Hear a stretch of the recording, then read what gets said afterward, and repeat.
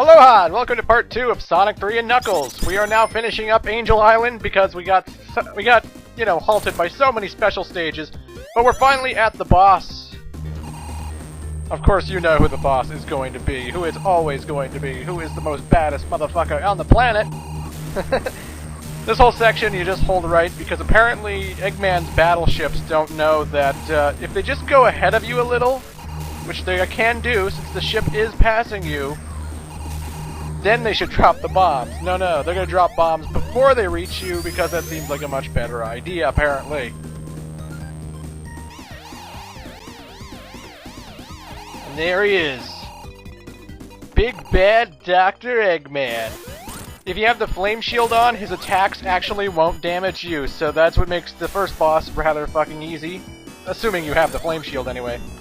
What happened there was Tails hit Eggman before I could, so I sort of passed through him and ran into Eggman, and I should have hit him, but Tails got in my way. Fuck you, Tails! I hate having Tails as a backup partner! And you're gonna see in the rest of the footage of this game that he dicks me around way too many times. I hate having a fucking partner. Get away from me, Tails! But because the viewers want to see him in action, of course he has to be my partner. Speaking of dicks, fuck you, Knuckles! I do like that about Sonic 3 and Knuckles, though. Every time you go to a new level, there's a nice transition there. It's not like you just end up in this one place out of randomness, you know? It's like how in Sonic the Hedgehog 2, how one minute you're in a casino city, the next you're on a hilltop. You know, well, how'd I get there? Who fucking knows? But with Sonic 3 and Knuckles, they actually show a little animation of you going to the next level, which is kind of cool, you know? Hydrocity, I will say this, I like this level. I know, it's a water level too, it's a water level, I know it's crazy, but I actually like this level. The moments when you are underwater are not unbearable. You can get a water shield like I did here to prevent me from drowning, and it's actually pretty fast and pretty awesome. I can't stress enough, I actually like this water level. Look at that badass stuff. I mean, I just got pushed up into the air by a giant burst of water. And here, Sonic is going to run on water!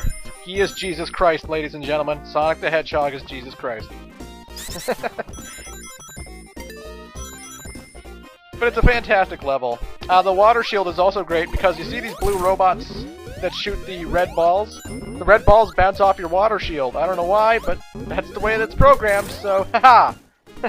It's good to have a water shield in Hydrocity. Of course, all of these shields are replacing the normal shield we saw in Sonic 1, 2, and CD. They will protect you from losing rings, so you can take a hit and the shield will go away, but, you know, you'll keep your rings, which is always swell. And there we go, another special stage, the 5th Chaos Emerald. This one actually kind of stumped me for a while when I first played it, because they don't show you like where the pathway is, you know? Like here it's obvious, there are white balls, so you know, hey, I'll jump over these and I'll find a new passageway. But when you're on the other side, all of a sudden the white balls are gone and you don't know which pathway gets you out. So you have to keep a real close eye on the red spheres that are surrounding that hallway. And if there aren't a second set of red spheres behind the first set that it's approaching the wall, then obviously you know to jump in that general direction. If you jump real well, you can jump over 2 spheres at once, but you should watch when you're jumping because, you know, you don't want to accidentally jump into a red sphere or a bumper that will knock you into a red sphere by accident.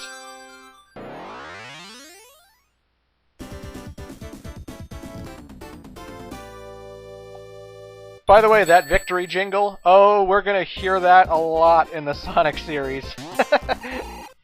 Get used to it, ladies and gentlemen, because that became the de facto victory theme of Sonic the Hedgehog for all time. But I digress. This is the mid-boss. Every zone in this game has a mid-boss now, not just Dr. Eggman to battle. So every act itself, every act has a boss. Here is pretty simple. He goes left, he goes right, and then he goes in the middle trying to spin the water and move you around. It doesn't really matter because if you don't have the water shield, you can jump out of the water to get some air. and when he stops to swirl the water around, you just jump into him a few times, and it's pretty damn easy. What can I say? Another thing you'll notice is that each act has a different variation of the tune. Like, in the old Sonic games, it was always the same song in every act of every zone, you know? In Sonic the Hedgehog 3, the music is actually changed. For example, Hydrocity Act 2, my personal favorite of the two acts, is a lot more fast-paced and a lot more energetic than the first act's music. It still sounds the same, it still sounds like the same piece of music we heard earlier, but now it's slightly different, you know, and I appreciate that. It's very awesome.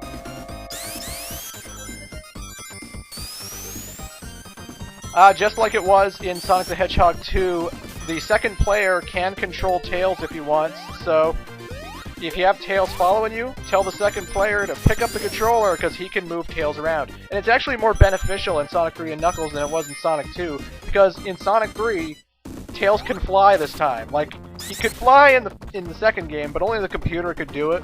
This time, the player can fly as Tails, and I'm going to be showing that off in an extra video. But another cool thing is, like, when Tails flies, Sonic can jump into Tails, and Tails can carry Sonic to wherever the hell he wants to go. So this makes for actually a pretty fun co-op game, because you can tell your friend to fly as Tails, and be like, hey, friend, carry Sonic for me, carry Sonic up to that cliff, I want to find out if there's a special stage up there. And your friend will go, fuck you, and then he'll leave and go find something in the fridge. But you know. Not that I know from experience.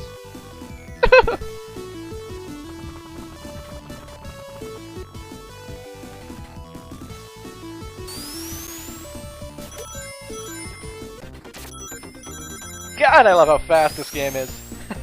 This game is so awesome. Again, it's my second favorite Sonic game next to the best video game ever made, Sonic the Hedgehog 2. These platforms you really have to watch out because you need to climb them to get to the top, but they're also moving in the direction of spikes, which can damage you, but they're also moving in the direction of walls, and if you're standing between those platforms and a wall, it's instant kill. It crushes you and kills you instantly because for some reason Sonic cannot survive crushing at all. If he's crushed, he's done. I know that music. Fuck you, Knuckles! What is it with Knuckles and pushing buttons? Why can't he fight me like a man? What is he, a pussy? Shut up! But I digress. This is Dr. Eggman yet again in his classic Eggmobile.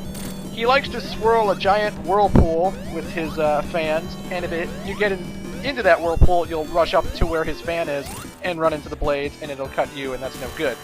After he does the whirlpool move, he starts dropping bombs, and you can use the wave that the bomb creates to bounce off into the sky and land on Eggman. If you do it like me right here, you can land on Eggman directly and just keep jumping on him, and it's pretty damn easy.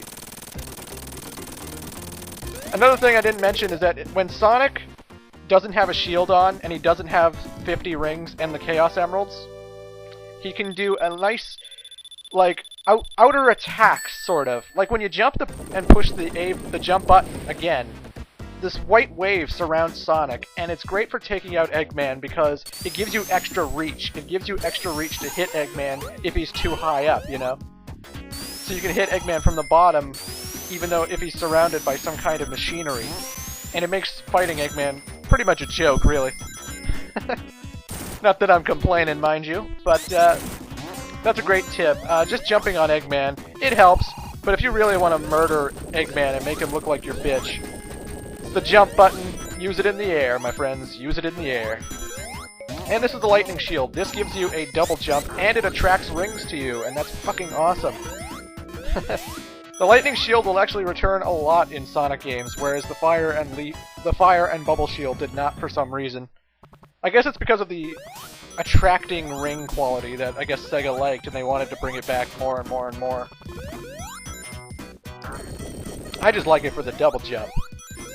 A warning, if you're Tails, you don't get to double jump with the lightning shield, you don't get to zoom forward with the flame shield, and you don't get to bounce with the water shield. Tails uses the jump button to fly, and you also use the jump button to do the double jumps and the flame boost and all that stuff. So, for whatever reason, Tails can only fly, and he can't use any of those shield abilities. And the same goes for Knuckles, because he glides and climb walls. We're going to be seeing that later in the Knuckles playthrough, but you know. Sonic is the only one who gets to use the full potential of these shields. And, you know.